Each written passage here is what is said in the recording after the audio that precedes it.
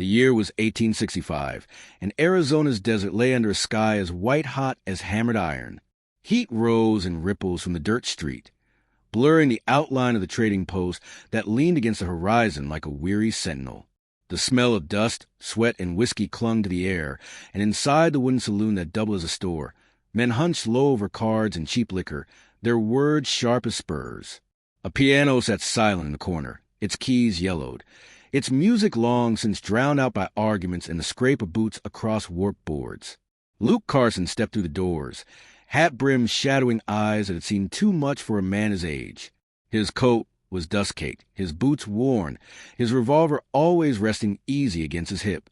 He didn't come for drink or cards. He came for supplies and silence, yet the silence shattered the moment he saw her. She stood near the counter, small, rail-thin, with tangled black hair falling across her face. Barefoot, clothed in rags that hung off her shoulders like shed skin, she held nothing but a cracked clay bowl clutched to her chest. Her eyes, dark and unblinking, flicked from face to face, taking in the men who looked at her with contempt. She was Apache, and in this place, that meant she was less than nothing. Coyote Spawn, a ranch hand spat, his breath sour with whiskey. He leaned off the bar and sauntered toward her, boots thudding. "Go back to the rocks, girl. Ain't nothing here for the likes of you." She didn't answer. She only lowered her head, shoulders curling inward as though the sound of his voice alone could bruise.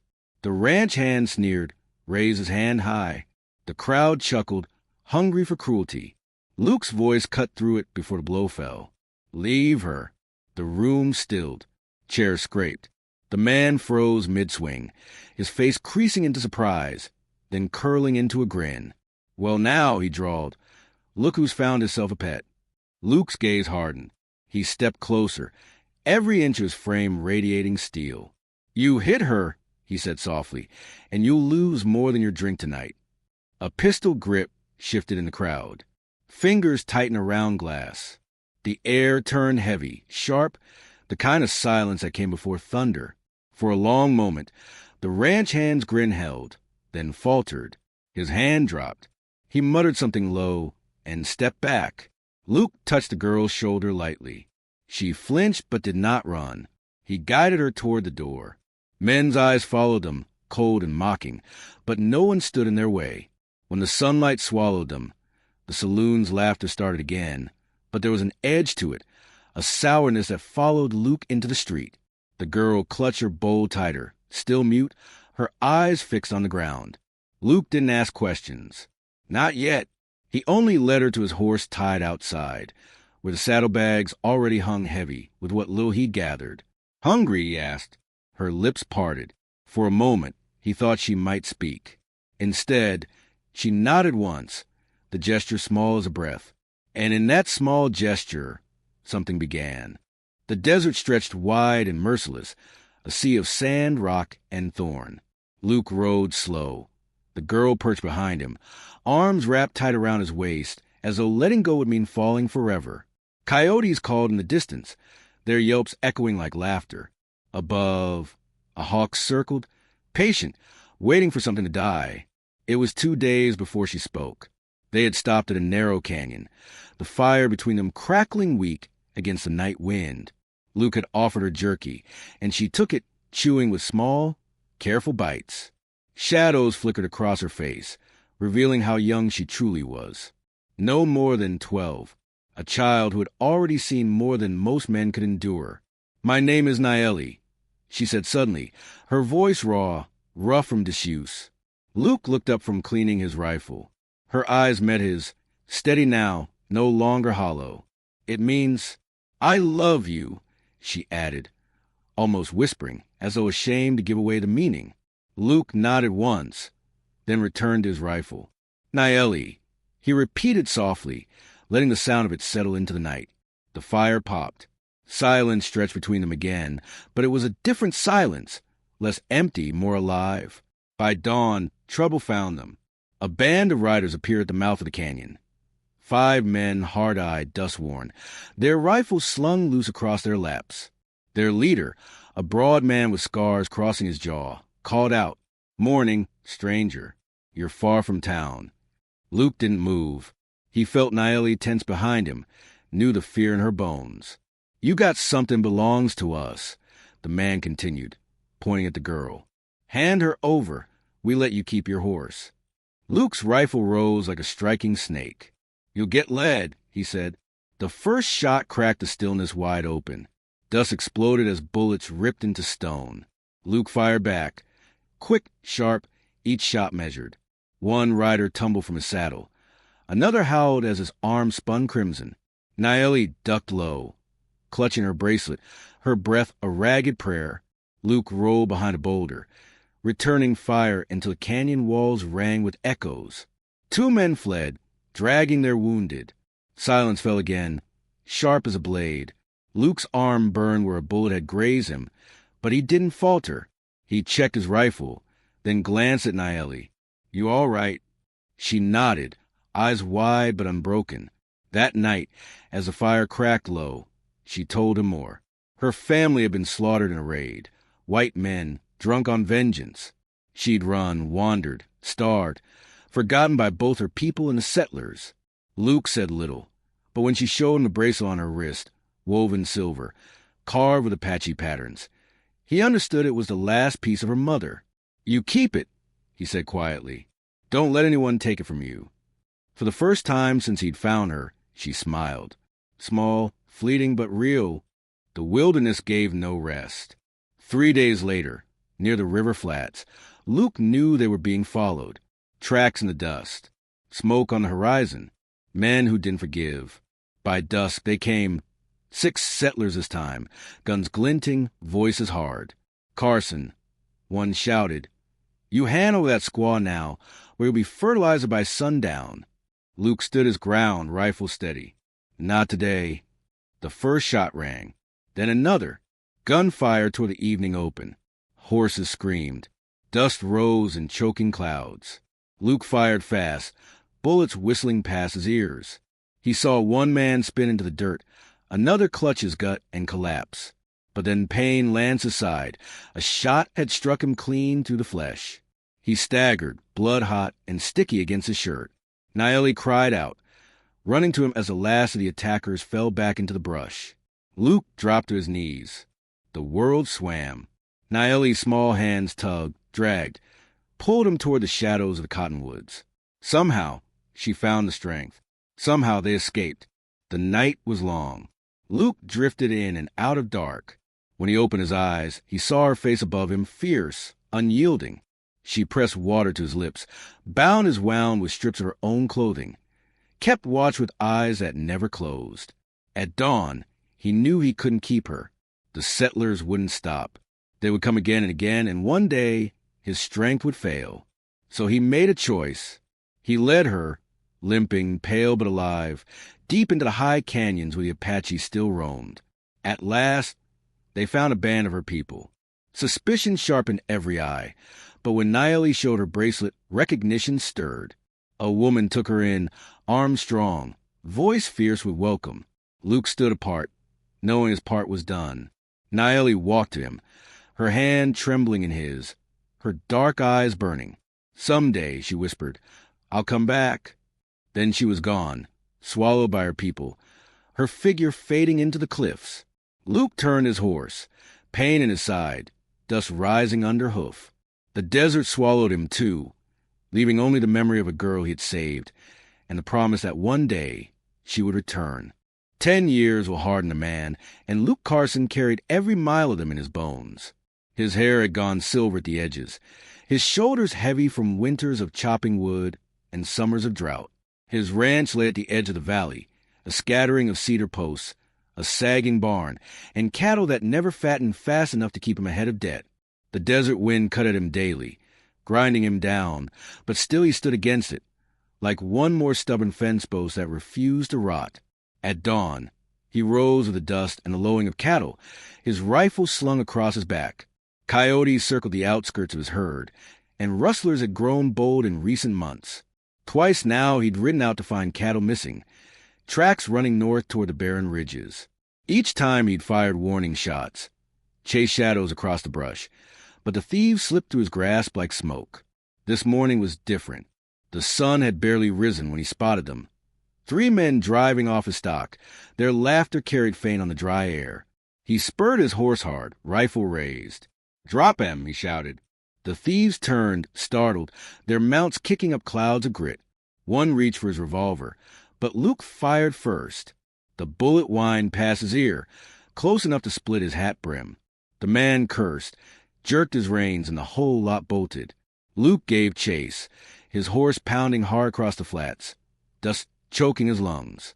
Shots cracked wild behind them, one grazing his sleeve, but Luke pressed on.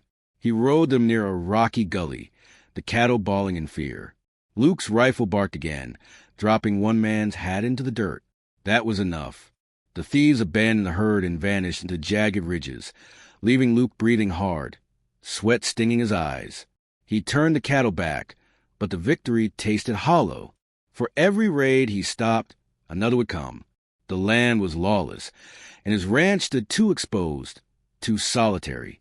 As he rode back beneath the heavy sun, he felt the weight of more than rustlers pressing against him. Something larger, darker, moved across this land, and in the saloons of town, men had begun to whisper a name. The saloon smelled of tobacco smoke and sour beer, its walls humming with the fever of rumor. Luke stood at the edge of the bar, his hat low, listening. He had come for salt and beans, but the talk in the room had teeth, and he could not ignore it.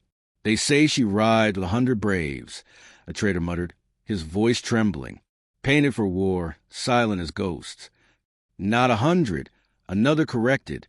Hundreds, a whole damn army, gathering in the mountains." "Apache?" someone asked. "Apache," the trader spat, the word sharp as broken glass. "Led by a woman, calls herself Naeli." Luke froze. The name was a stone dropped into his gut. He turned slowly, his gaze burning to the haze of smoke. "Say that again," he murmured. The trader glanced at him, narrowed his eyes.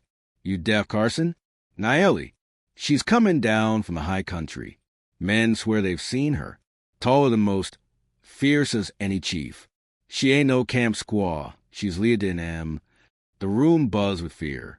Ranchers muttered about preemptive strikes, about gathering men, about torches and rifles and blood. Luke listened, each word like a nail hammered into his skull. Naeli, 10 years gone, a child he'd once carried from death into safety. Could that girl, half-starved and trembling, now ride as a leader of warriors? When he rode home that night, the desert seemed sharper, the stars colder. Memory bled into the trail before him. The firelight on her young face, her whispered promise, "Someday I'll come back." He had laughed at it then, gentle as one humors a child. Now the words rang like prophecy. Days passed and the rumors thickened. Some claimed she burned ranches already, though Luke found no smoke in the horizon. Others swore she carried a rifle gifted by a white soldier, her warriors following her as if she were born to command. Fear twisted the townsfolk.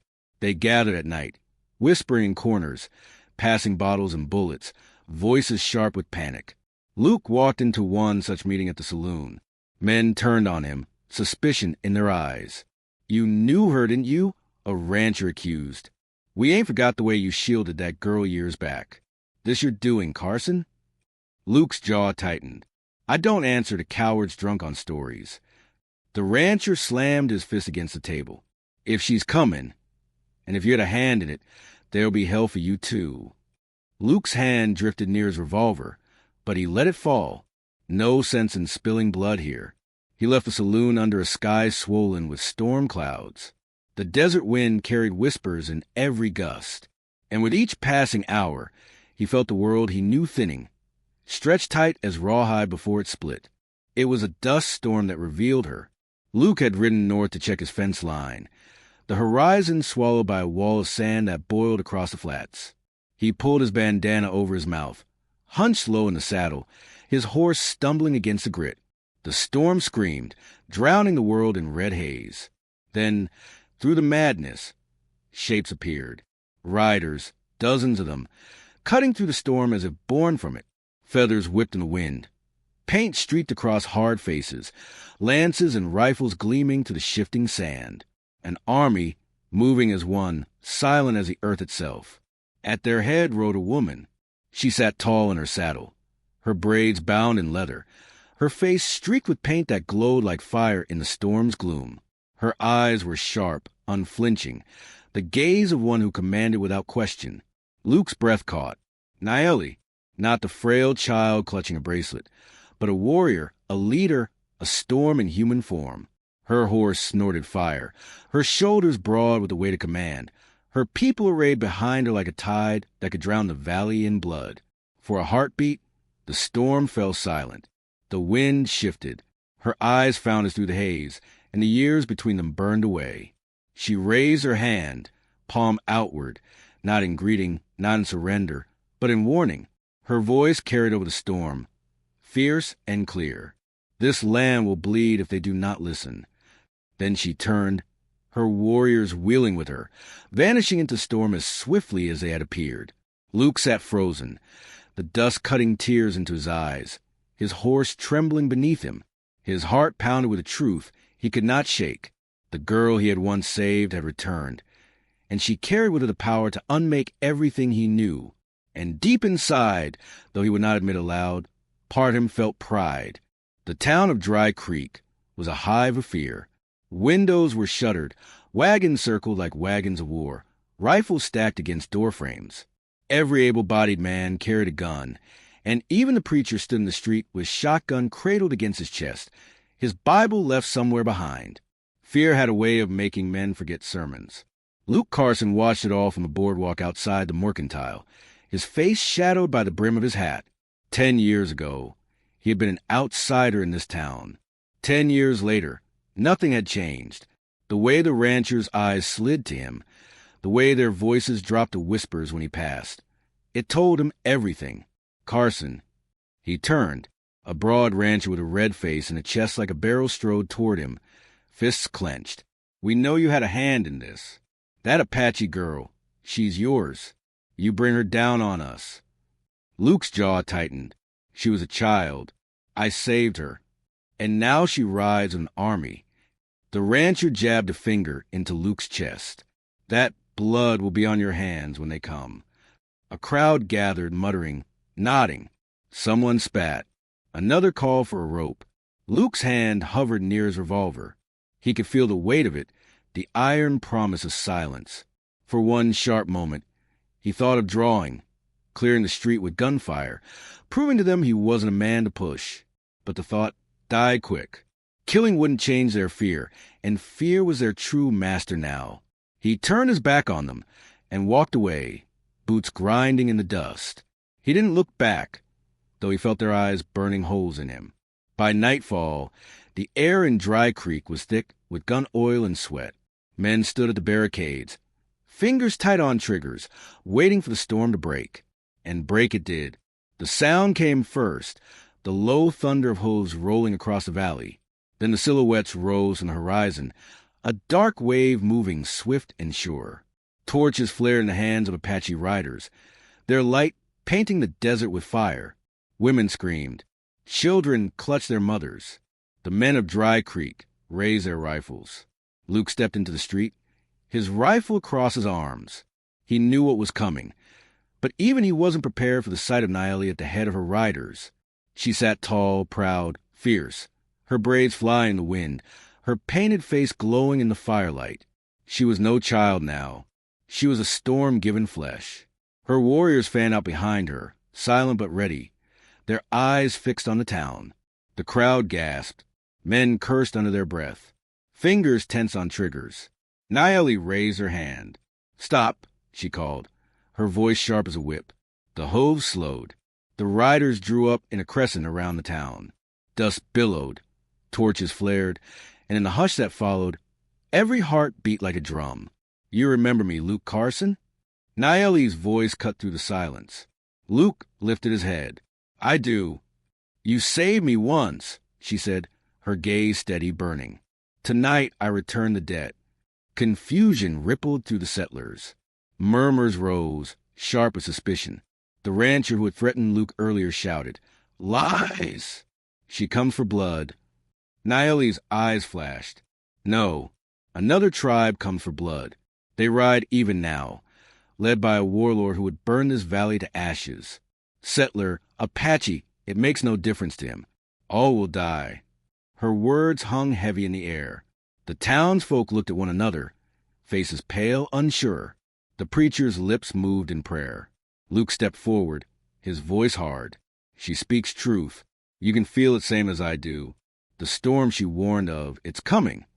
The rancher snarled, spitting into the dust. You'll side with her? Over your own. Luke turned on him, his rifle heavy in his hands. My own? I've never been your own.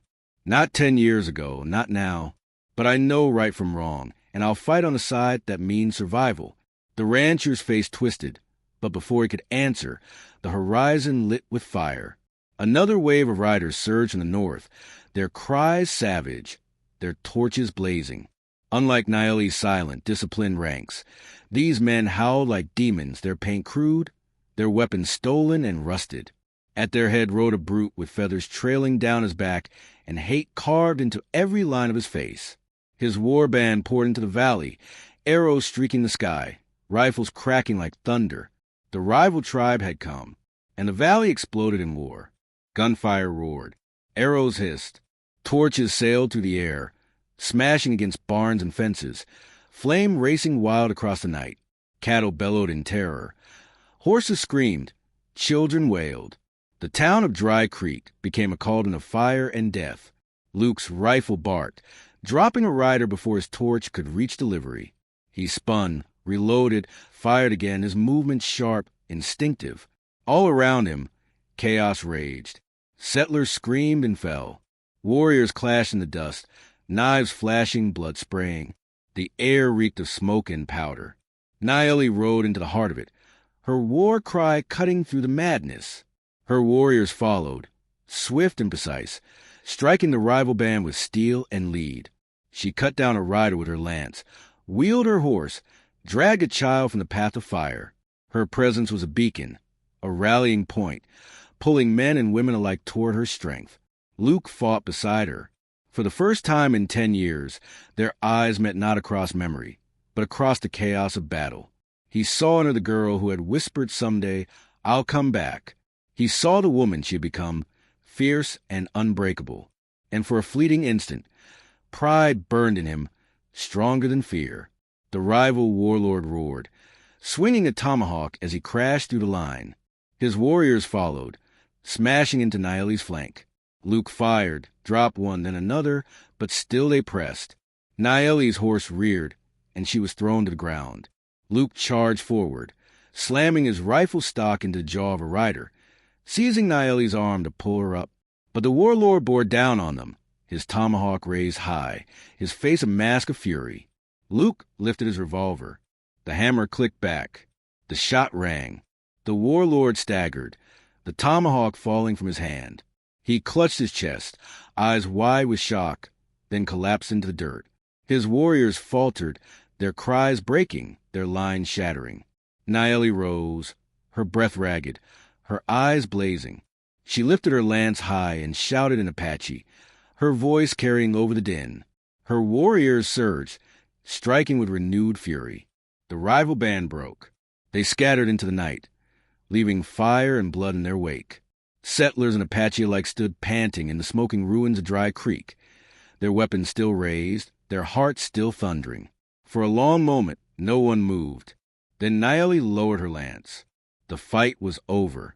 Luke stood beside her, blood streaking his coat, smoke clinging to his skin. He looked at her, and in her face, he saw the weight of command, the burden of survival. She looked back, and for an instant, she was a girl again, the child who had clutched a bracelet in the firelight, whispering a promise. You kept it, Luke said softly. Her hand touched the silver bracelet at her wrist, tarnished but unbroken. I keep all promises, she answered. The townsfolk gathered, their eyes filled with awe and fear, gratitude and uncertainty. They looked at Naeli not as a threat, but as the reason they still lived. And they looked at Luke differently, too, though whether with respect or suspicion, he could not yet tell. The fire smoldered. The bodies cooled. The night wind carried the smell of smoke far into the desert. Naeli mounted her horse, her warriors forming around her. She raised her hand once more, not in warning this time, But in farewell, we will not stay, she said. But remember this night. Remember who bled beside you. And then she was gone, riding into the darkness, her warriors following like shadows. Luke stood in the street of Dry Creek, the embers glowing around him, the weight of silence pressing down. He thought of the girl he had once saved, the woman she had become, and the storm she carried with her. The frontier had no patience for weakness, no mercy for fools. But sometimes, just sometimes, kindness planted a seed, and when it bloomed, it shook the earth. If you enjoyed the story, click the story on your screen now to watch another unforgettable tale where courage and wisdom triumph over doubt in the untamed frontier. Don't forget to subscribe and consider a supper chat to help us keep bringing you more stories like these. Your support means everything to us.